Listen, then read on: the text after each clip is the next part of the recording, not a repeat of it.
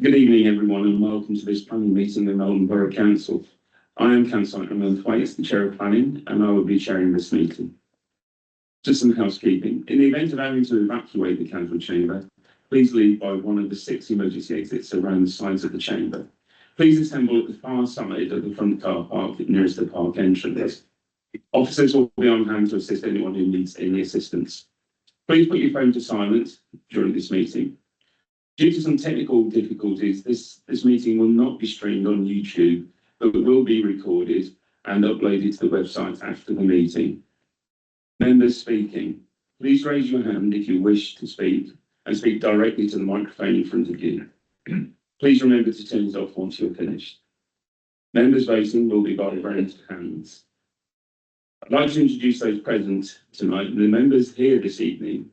To my right are councillors Pip Allnutt, Ian Atherton, Siggy Atherton, Brian Brown, who's not here at the moment. I've not had any apologies, so he may turn up, and Councillor Marilyn Gordon. Councillors to my left are Councillor James Mason, Margaret Clancy, Pat Cumbers, Lee Higgins, who received apologies just recently, who can't make it this evening, and Councillor Don Pritchett. We have a team of officers present who are to my left, Legal Services Manager, Legal Services Manager Tom Pickle. To my right, Assistant Director for Planning Sarah Legg, Planning Development Team Leader Chaya Pancholi, Planning Officer Alex Coyle, and Planning Officer Helen White.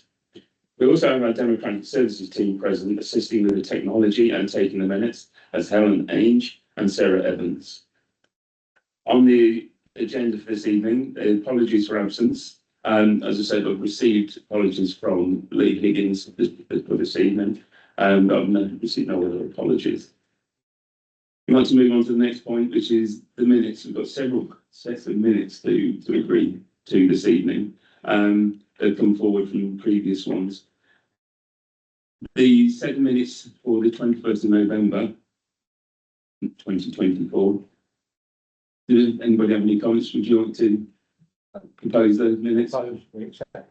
And seconds, Margaret Clancy. All those in favour of accepting the minutes as they stand? Yeah, that's okay. Yeah. The minutes for the meeting on the 10th of December, which is a special planning meeting. Yeah, proposed by Councillor Allnutt, seconded by Councillor Clancy. All those in favour of the minutes as they appeared? Yeah, that's passed. Sorry, I'm abstaining. I was absent. Oh, right, okay. So one abstention. Yeah. And the meeting on the 18th of December, admirably chaired by the Vice Chair, Councillor Mason. Yeah, Councillor? Yeah, it's to do with Lake Terrace, which is 22/00404 full. Where it says it's about the 5th paragraph down, and it's got another comment recognised that it's a big site with a lot of affordable houses, and whilst it is geographically close, residents wouldn't be able to safely cross the road. Well, I thought where it says where it is geographically close, I thought to the town centre, to add that to the town centre. And where it says residents won't be able to safely cross the road, we should put Leicester Road or Leicester Main Road. So let me know which road it is. Yeah. Any objections to those amendments? So any proposer to those minutes as would be As amended. yeah. Happy as amended. And those in favour of those minutes? Yeah, and so that's passed. Thank you very much. Abstain. Again, so my was there. So, declarations of interest. Members to declare any interest as appropriate in respect of items to be considered this evening. Councillor Siggy Atherton first. I like to declare interest of bias because you've been dealing with the issue on my board and have the right contacts. So for clarity, I like to be declared interest. That's for the first Yeah, application this evening. Yeah. Councillor Arnott. On 4.2, 4.3, I'm the lead member for delivery of the sports leisure contract. And although this is not strictly on planning application, I think the avoidance of doubt, I will accuse myself from these two items. Thank you. And Councillor Gordon. Yeah, it's just to say that I am a member of Waterfield Leisure Centre, only, sorry. Oh, I know it doesn't, no, I'm just saying, yeah, I just want to clarify, that's all, that I'm a member of Waterfield Leisure Centre, but only insofar as using the facilities, so I know I'm okay to stay in, thank you. Yeah, that's fine. Thank you. Thank you very much. So, you know, then for the first application, Councillor Siggy Atherton will step into the public gallery. Right, so we will move on to the first application for 7 Garden Lane, Melton Mowbray. As much as I remember on the notes, I'm afraid I can't say it, but I'm sure Helen will correct that. Sorry, Helen. I'd like to make the presentation. Thank you, Chair. Yeah. So the application relates to a detached dwelling house located on Garden Lane in Melton Mowbray. The application has been reported to Planning Committee as objections have been received from more than 10 households, although a letter of support has been received from the immediate neighbour. Next slide, please. The application seeks full planning permission for the change of use from a Class C3 dwelling house to a Class C2 residential institution, specifically a children's care home for up to 3 children aged between 7 and 17 years who would live together as a family supported by carers. The caring staff would be employed on a 1-to-1 ratio per child plus a site manager. There is existing on-site parking for 3 vehicles at the front of the dwelling and 2 within the existing garage. Next slide, please. So the existing dwelling, which is shown in the left-hand photograph, is well set back from the street, Garden Lane, which is an unclassified road. There is a large enclosed garden to the rear, which is shown in the right-hand photograph. No physical alterations are proposed to the building, which would constitute development. Details of staffing and operations of the proposed use to accord with the adopted guidance have been submitted, and that's covered in section 4 of the report, particularly paragraphs 4.3 to 4.6. As the photo on the left shows, there's a large area of hard standing to the front of the dwelling, which would provide the off-street parking for at least 3 vehicles in line with the local highway authority guidance. Next slide, please. So the application seeks planning permission for a change of residential use within an established residential area, and it therefore complies with the local plan. There are no objections from technical consultees, including the local highway authority and environmental health. However, this type of proposal raises concerns relating to impact on amenity and parking. To mitigate this, conditions have been included, for example, to limit the number of children cared for on site to 3 and requiring the submission of a parking layout plan prior to the implementation of the proposed use. It is recommended that the application is approved, subject to the matters contained within the report. Thank you, Helen. Do members have any questions for clarification from Helen before we move on? No, no. Okay, in that case, then I'd like to call upon the only other speaker for this application, which is just recognise that Ronan is the.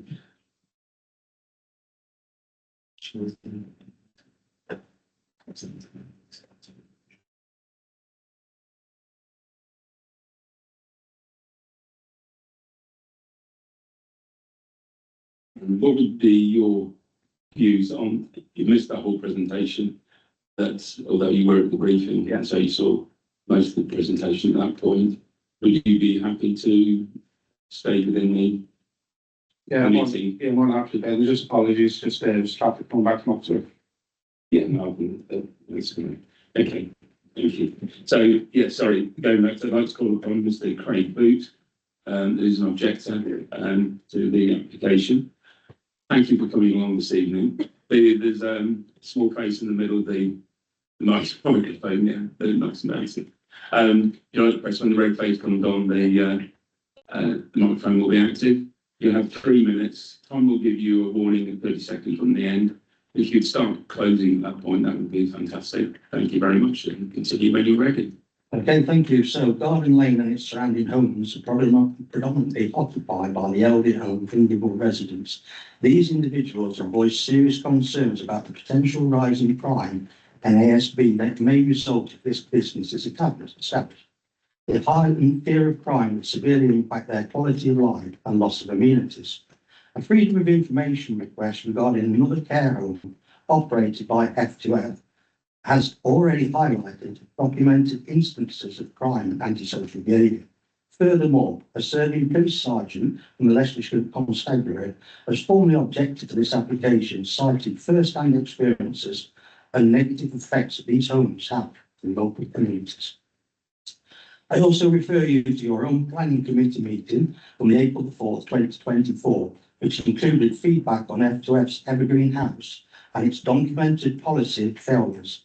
It is reasonable and feasible to infer that now Evergreen House is closed, Garden Lane will just be a lift and shift of the same company with the same policies, housing the same category of children, will produce the same adverse outcomes. I direct your attention to the following: MPPF, Section 8, Paragraph 96, Section B, and Section 12, Paragraph 135, Section F. These address the fear of crime and its impact on communities. Section 15, Paragraph 180, Section E. This highlights concerns regarding noise and air pollution. Also, the Melton Local Planning Compliance. The Melton Local Community Health and Wellbeing Policy emphasises creating safer communities through effective preventative and management of crime and ASB. Leicester's Highway Design Guide and Parking Standard, Part 4, Class C2, Section 9, requires 1 parking space per 3 bedrooms plus 1 space per member of staff on site. This application does not meet these minimum standards, let alone provide sufficient parking for additional vehicles such as visitors or service providers. The site lacks provisions for disabled parking and possesses risk to pedestrians, particularly given Garden Lane's status as the route for the MC3 bus. The LCC Highways report omitted critical information regarding traffic and parking impacts. The obstruction of services to neighbouring properties also contradicts Melton's finding planning guidelines for children's homes, specifically sections 10.2.2 and 13 on parking standards. We have empathy for the need for children's care homes. It is essential to question whether Melton Borough requires yet another facility of this kind, and wouldn't a large family home capable of supporting multiple generation living serve the community and the Melton plan more effectively? Thank you very much. Thank you. You'd like to stay there just for a moment to see if any members have any questions or clarification from the speaker. Thank you very much for your time, and thank you very much for coming on this evening. In that case, then, that's the only other speaker. So I'd like to open this for debate. remembering that there are a lot of emotive decisions around this, but we have to remain, we're a planning committee and therefore we have to stick with the planning rules, whether we agree with them or not. But would anybody like to enter the debate? Councillor Gordon. Yes, yeah. I went to see the site this afternoon and I can see there's clearly enough room for 5 parking spaces. So hopefully the applicant will be able to sort of put that through for us.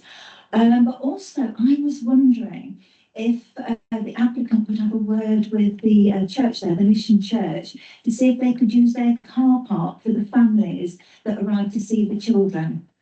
Something to consider. Yeah, so unfortunately, it's not something we can sort of put forward as a requirement because we don't have control over that part as such. Councillor Allnutt, I think you raised your hand. Thank you, Chair. I know the road well because I walk that way frequently to the St Mary's School, or back to the chip shop on the other side of Working Island, or down to the post office. And indeed, I know the chapel as well, where I've been, although I'm not a member there, I've been there, and for children, I hasten to add. I read the objections which have been repeated in the document. And it's quite clear to me there's a great deal of anxiety about children's homes because of what's happened elsewhere. And I understand, I think, and as you know, Chair, I've been in the forefront of trying to get the rules changed so that we could take account of these anxieties, and I will continue to do so. We have, as a council, presented representations to the inquiry that's going on into the whole issue of this, and I think it's thoroughly known. So no doubt about it. I noticed that the neighbour, the immediate neighbour, does not see a problem with it. And I have to say, of course, if a private couple moved in there and had 3 foster children, the planning commission wouldn't enter into it. And of course, the house is big enough for even more children. So you'd only need a few more children like I was when I was a child, and it'd be a riot, I think. To be honest, I think some of the fears, though understandable, are clearly dealt with. The only planning issue that I can see that's of significance is indeed the car parking issue. Not so much when there's one team in, but it's on the change of teams. So you've got the one team is in there, and 2 children, and then another set of vehicles may arrive. So I'm not certain, I hope the officers can clarify this, whether that's contained within the conditions to allow for that, or whether there would be some additional condition we could put on the conversion domestic property to a business, whether we could do with it that way. I think car parking is a legitimate and very sound reason to have concerns about it. But I listened to the discussion, and obviously I'll vote, and I've heard all the arguments, shall we say.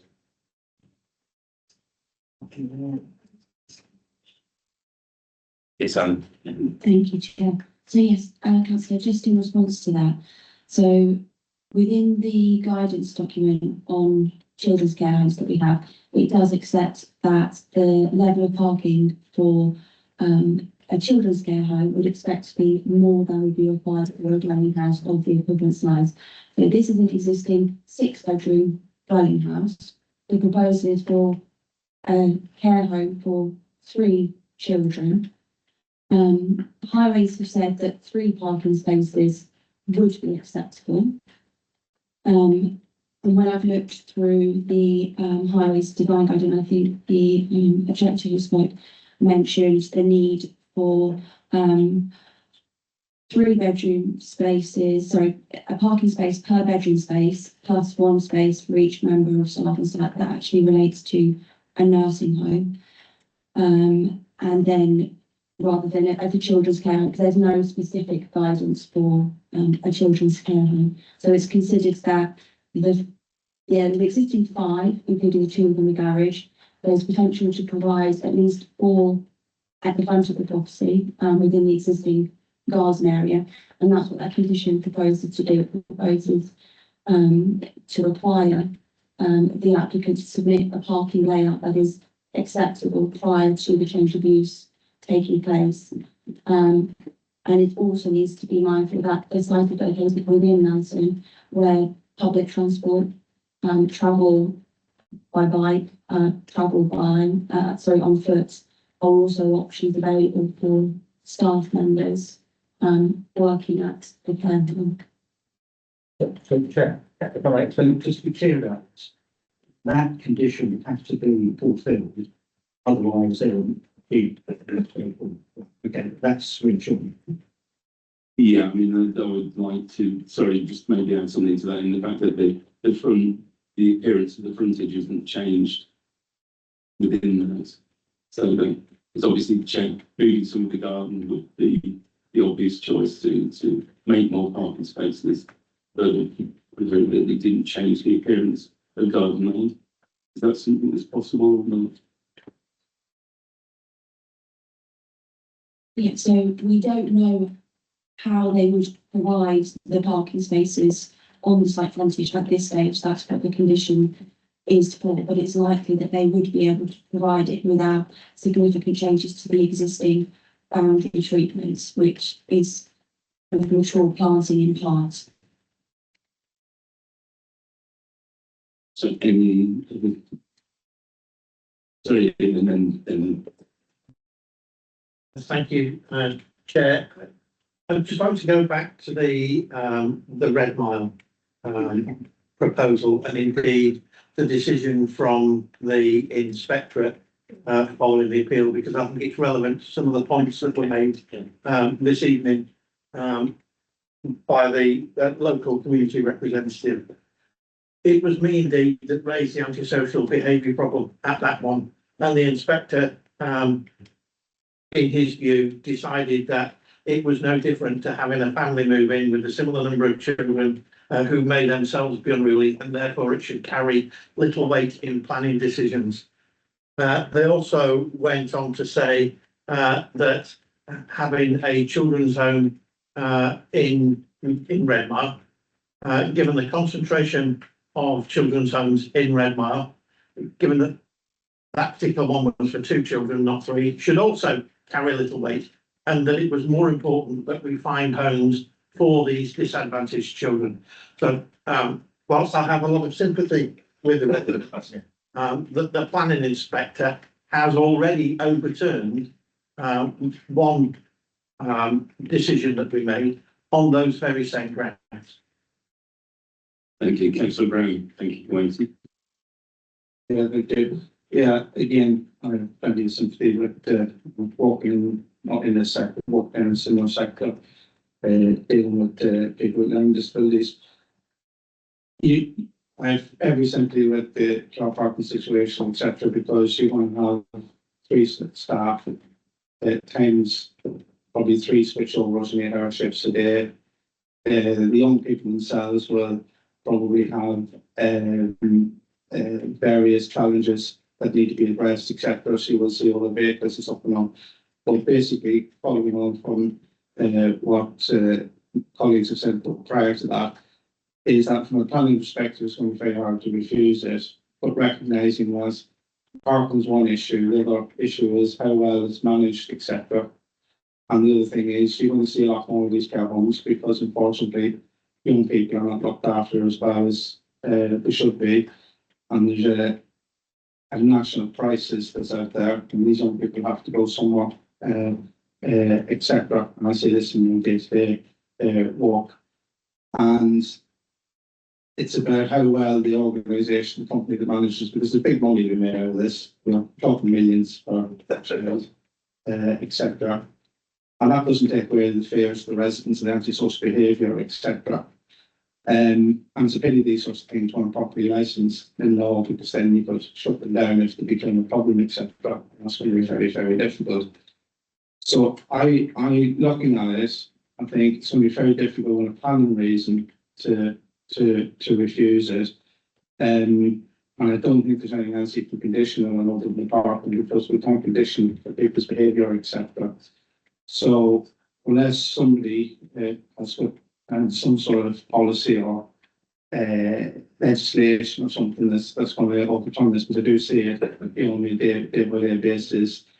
And at the moment, I think we're going to be left with no choice but to really approve this on the back of Officer recommendation. And I just wanted to put that out there and have a measured response to this. It makes not just putting hand. I just bring reminded they don't seem to be licensed by Ofsted. Sorry, I meant from a property perspective. So just for perspective, I do know that the regulations of Ofsted is one thing under the Care Act, on the safeguarding legislation, which protects the child. But when it comes down to social behaviour and crime and stuff, there's different legislation, essentially will know, which is under the Parent Disorder Act and Community Safety Act, etc., which is separate, which isn't licensed, like the law says. So there's no license around the fact that the use of the premises is acceptable. Yeah, for sure. Councillor Mason. Yeah, thank you, Chair. I just want to echo what's been said. Well, we sit here on many occasions now. We've been through this before. It's a well-trod path for us.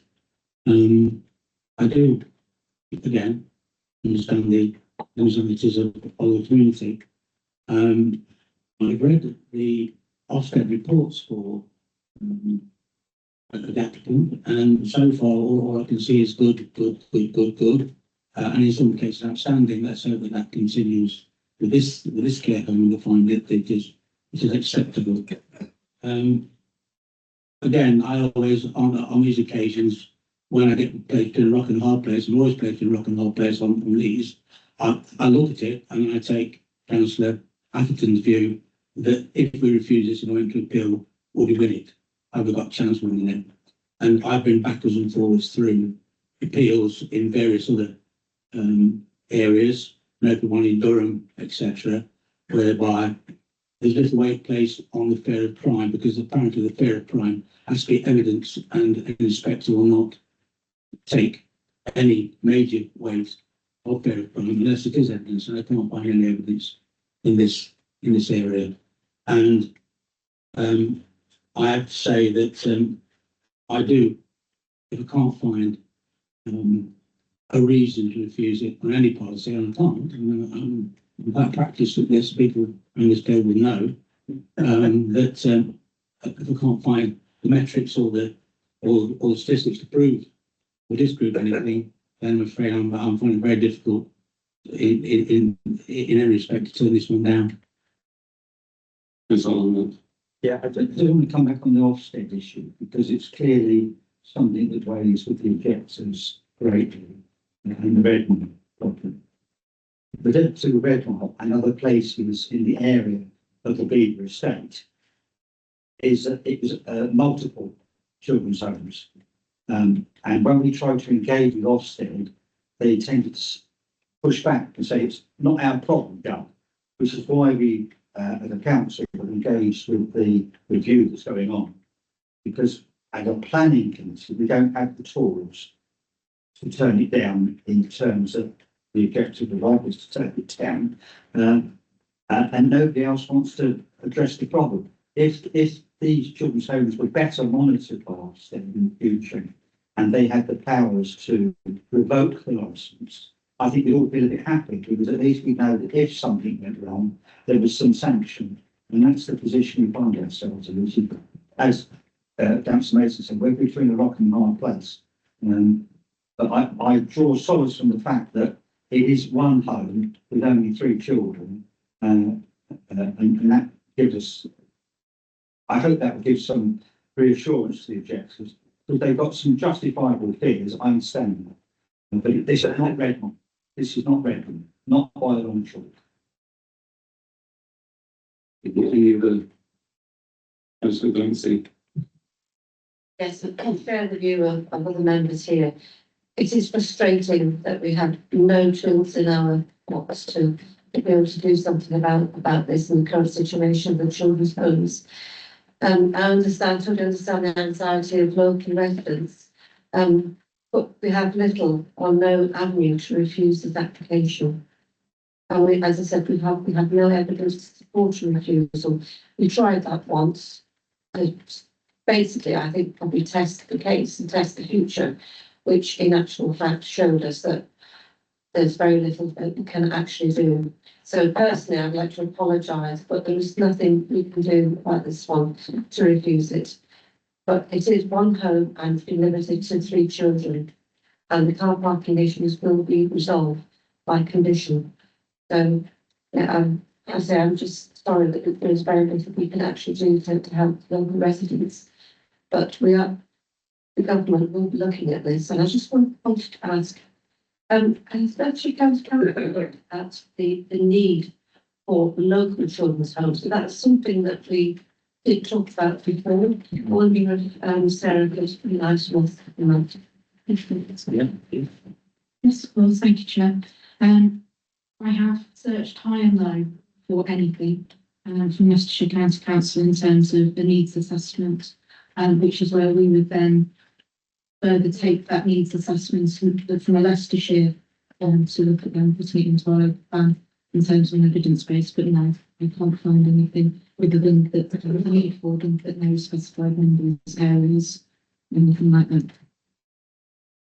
Come back on that. Can we sort of pursue this a little bit more? Because I don't think this will be the end of the story. It will continue. And perhaps we do need that going forward. Okay.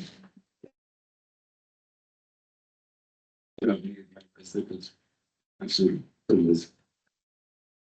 And it's so difficult and very often about these children, they can be nuisances, but they're probably children's, you know, they're troubled children.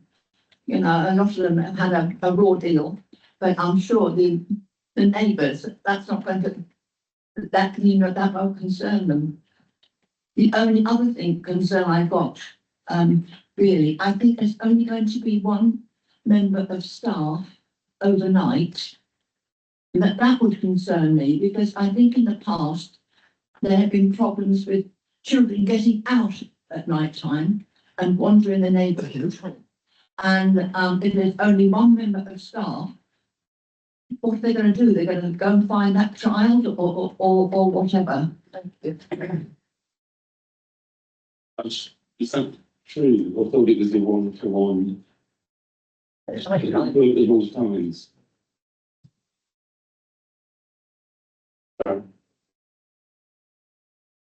It'll always be 1-to-1 at the times. So there'll always be 3 staff in shift at all times. That's I the. must have missed that, but Yeah. I thought it was only one member of staff overnight. That's three. Three members. Councillor Gordon and Councillor Brown. So this is. Yes, it means so to Councillor Cumbers. Now, I'm not sure about if there will be any other staff, but I do know at night time there's going to be one staff member awake and one staff member that's going to be sleeping.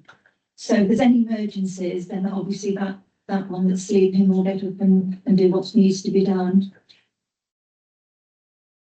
Councillor Brown.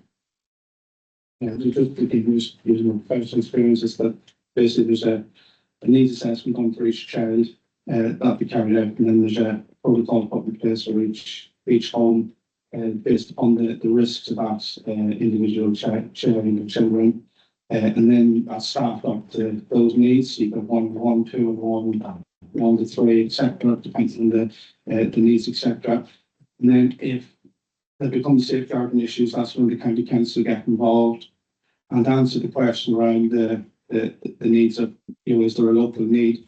Unfortunately, you don't have to just have a local need. A lot of children will come out of area and be placed, for example, by Bradford or by London authorities or whatever, because of various risks, etc. So it's not a straightforward thing. And it goes probably back to the St. Council, it makes it even more complicated, even more difficult to probably accept and understand. But our hands are completely tied. But I just want to give you a little bit of, you know, factual background into what's going on. The county will only get involved if there's a safeguarding issue, not because they may not be the placing authority. It most likely would be because Gloucestershire will always also place outside of their areas for various reasons, etc. Thank you. Councillor Nancy. Let's just come back on that. If we do have children from outside of the area, where are they going to go to school? because there's very few school places in Leicestershire, as we have discovered recently. Although that's not something. Although it's not particularly planning element, but it is relevant to the placement of children within these homes if they're coming from outside. Yeah, I'd be happy, Just a point. happy to have a conversation, yeah. Offline, the basic way is there have to be family need, and a lot of them, maybe especially some of them will be taken out of counties, so it's a bit taxied, etc. To maybe where they've come from. It's a whole scenario of it. You can look up online, so it's a very complicated area. And that's what makes it more difficult for the residents, because it's people that maybe most likely may not have connection to the local area because they will have experienced trauma, etc. in their lives, and that's why. Thank you, Councillor. Just some information. Where the county calculates the number of school places that are required is based upon a formula which is linked to dwellings. So whether a particular dwelling has got children or hasn't got children is marginal, really. So the 3 children coming in from whether they come in from outside or from another part of the borough, doesn't matter. That number is already factored in, shall we say. So the calculations made by the local education authority. So I mean, we're not talking about 150 children coming in and bursting St Mary's walls. We're talking about a marginal addition, so that won't figure at all. They won't. The LEA and the county council won't consider that as significant in their calculations. Okay, thank you for that. I think we've debated this. Basically, we said we can't find a reason for refusal, unfortunately, of show bias. But would anybody like to propose the acceptance of the recommendation? Councillor Pritchard. I'd just like to make a final comment on the debate. Seems to be quite a lot of negativity and despondency about it. It's something that we've got to have. I see it as a positive thing. Children misbehaving, then it's dealing with it. So, I'm taking a positive view on this, and that, and for the residents, I have written to the leader of the council about reacting and how we react to any antisocial behaviour. And as councillors said, no, we can't ultimately licence it, and I'll be following my bill. But it's like as the neighbour said, all in favour of it, and as long as they behave themselves. So I'm quite positive about it. So I'll close it. Thank you, Councillor Pritchard. Do I have Councillor to second it? And therefore like to put it to the vote to accept the proposal. All those in favour? Unanimous. So that's carried. Proposal is accepted. Okay, yeah. Thank you very much. Thank you for your attendance. I know it's not a decision. If you wish to leave, please feel free to stay and watch the rest of the meeting if you wish. We need to thank the officers for the report. It was very clear and Excuse me, sorry for me.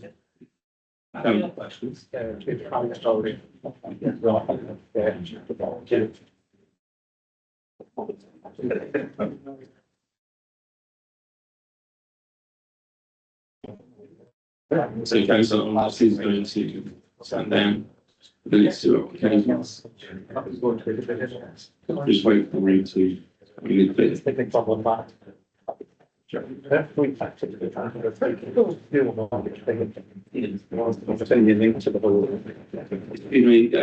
Councillor Anston, if it, so we can continue, thank you.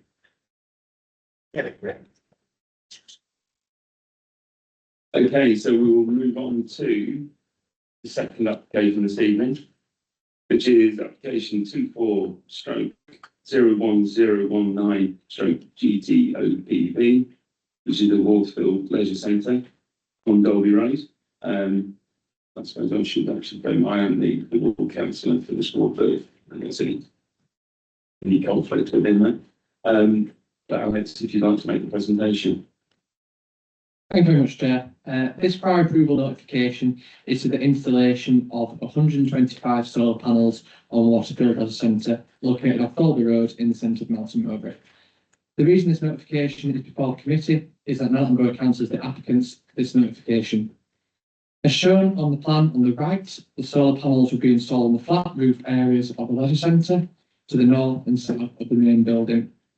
The panels will be mounted on a mounting system to raise them to a more effective angle of 300mm on the flat roof surface. Next slide, please. The council's role in the consideration of the prior approval notification is to establish whether all of the qualifying criteria have been met and whether grounds exist to require a prior approval application. It is a matter of fact whether the proposal is permitted development and not to require a prior approval. No consideration of local plan policies is necessary with prior approval notifications. The proposal has been assessed against the criteria of Part 14, Class J of the General Permitted Development Order 2015 as amended, which deals with the installation of solar equipment on non-domestic premises. As detailed within Section 8 and 9 of the report, it is considered the proposed development accords with all the criteria set by Part 14, Class J, and as such, positioning and the height of those solar panels. Therefore, it is recommended that no prior approval is required and the proposed development can proceed. Thank you very much, Chair. Thank you very much, Alison. Does anybody have any questions for clarification from the officer? No? In that case, then we'll move straight into the debate. There's no other speakers on this. Would anybody like to make any comments about the recommendation, Councillor? Just a very quick one or two. So thanks again for the report, which is quite informative. Thanks to Councillor Allner in his absence for providing the information I asked for at the workshop in relation to the contractual arrangements for transfer of funds back to the council. Should we make a profit from selling the electricity? As a member of our climate change working group, I welcome this proposal. I think it's long overdue, and certainly in times of climate change as we are, I think it's an absolute must, and I'm glad to see the council taking a lead. Councillor Pritchett. Thank you. If this isn't a formality and there's no objections, unless there's any other people got anything to say about health and safety or anything like that, I'd like to propose that we accept this. Councillor Garrison. Second, but I'd just like to say that to me this is great news. Solar panels on our own buildings is part of our action plan and our climate change strategy. And as chair of that particular group, I'm really happy to see this. We're actually starting to get things going. So yes, great news. Yeah. Okay, Fraser, a second. I mean, I'll just add my point of view that, yeah, I think we've said enough times that we think buildings should have solar panels on them. So to put our own house in order is a good thing. It's a good thing. Is there any other, before I put it to the vote then, is there any other comments to be made? In that case then, I'd like to put it to the vote that people agree with the recommendation. Such, all those in favour? It's unanimous. Yeah, thank you very much. So we'll move on to the third application. Which Alex again, if you'd like to go through application 24/01028/GDOPV, the Melton Sports Village. Thank you, Chair, and apologies, it's still a bit like deja vu. This prior approval notification is for the installation of 110 solar panels on Melton Sports Village, located off Burton Road, located south of the town centre of Melton. The reason this notification is before committee is that Melton Borough Council is the applicants of the notification. As shown on the plan to the right, the solar panels will be installed on the sloped roof located on the south elevation of the building. Next slide, please. Council, as I said just before, the council's role in consideration of the prior approval notification is to establish whether all of the qualifying criteria have been met and whether grounds exist to require a prior approval application. It is a matter of whether the proposal is permitted development and not to require prior approval. No consideration of local plan policies is necessary with prior approval notifications. This proposal has been assessed against the criteria of Part 14, Class J of the General Purpose Development Order 2015 as amended, which deals with the installation of solar equipment on non-domestic premises. As detailed within section 8 and 9 of the report, it is considered the proposed development accords with all the criteria set by Part 14, Class J, such as positioning, height. Therefore, it is recommended that no prior approval is required and the proposed developments can proceed. Thank you very much, Chair. Thank you. Anybody like to ask any questions on this? Councillor. I think you can say same as before, and I like to propose it. Ditto. So we have a proposal. Do I have a seconder? Yes. I second it, and I'd like to mirror for the minutes, mirror the comments we made in the previous application. Ditto. So all those in favour of bringing out the recommendation? Again, unanimous. Thank you. Just before we close, I do have one piece of urgent business. Is switching to embarrass Helen and say this was their last planning meeting for us, which is a very, very sad situation, and not for her probably, but because she's moved on to pasture new. I really want to thank her for all the time I've been chairman and for the 3.5 years that she has been working within the planning department. So I just want to say thank you, good luck, goodbye, and please feel free to come back at any time. Thanks a lot. Thank you. And in that case, I will call the meeting to an end at 6:45. Well done. So I'm afraid I'm actually.